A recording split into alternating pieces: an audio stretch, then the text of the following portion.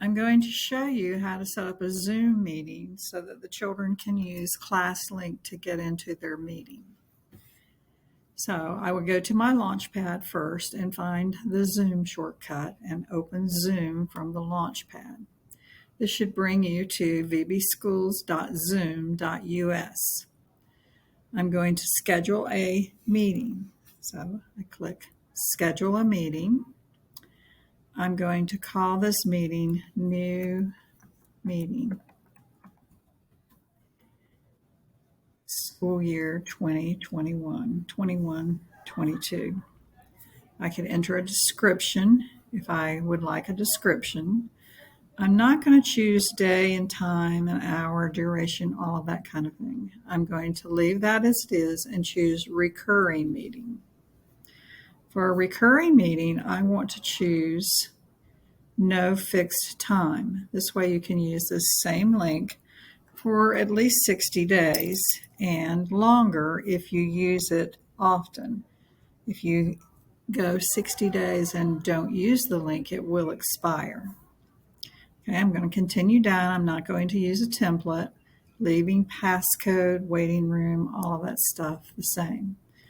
I'm going to check require authentication to join, and then instead of secure classroom, I'm going to choose ClassLink authentication. And continue down. I'm going to leave the host being able to have the video on when the meeting starts, but participants come in without their video on. You can change that if you like. The audio is going to stay at both. The meeting options, I do not want to allow participants to join at any time. I do want them muted on entry. However, you could choose to make that different if you wanted to.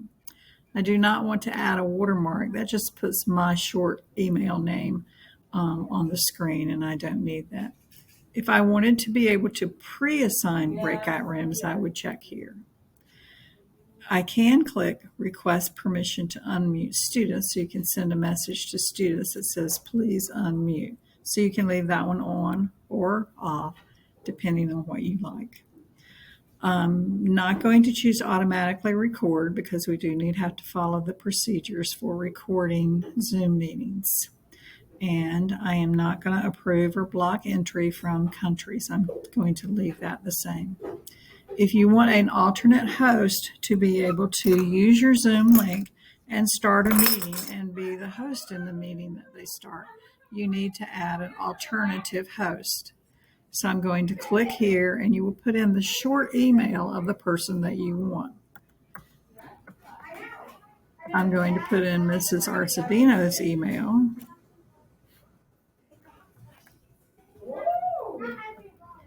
And she would get an email if I leave that in. So I'm going to leave that the way it is. And then I'm going down here. I have never used the enable language interpretation, but someone may wish to use that. And if you do, I'll help you when we discover how that works.